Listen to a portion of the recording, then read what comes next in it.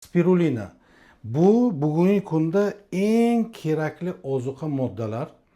Butun dunyoda tanilgan spirulina. Men sizlarga tavsiya beraman DXN kompaniyasiniki. Bu Malayziyada ishlab chiqariladi. Hattoki mana bugungi kunda keksa insonlar, ota-onalaringiz bugungi kunda mana shu qo'l oyoqlari, bo'g'imlari og'riydi.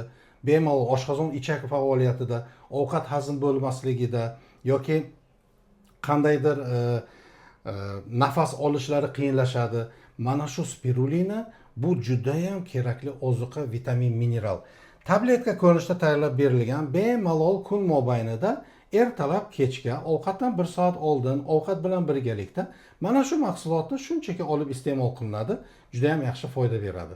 DXN kompaniyamizning mahsulotlari juda ham ko'p, mana ko'rishingiz mumkin.